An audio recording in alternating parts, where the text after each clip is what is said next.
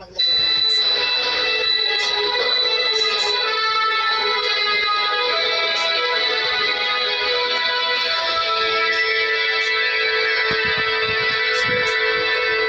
epoxy. Walang alikabok. Inuna ko nga muna itong may skin coat at epoxy kasi wala. Turo lang ng mga asawa ko.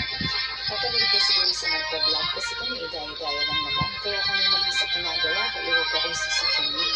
Pagkatapos ng may skin coat at crack, inilahat ko na kinabukasan. Pasensya na dahil umuwi.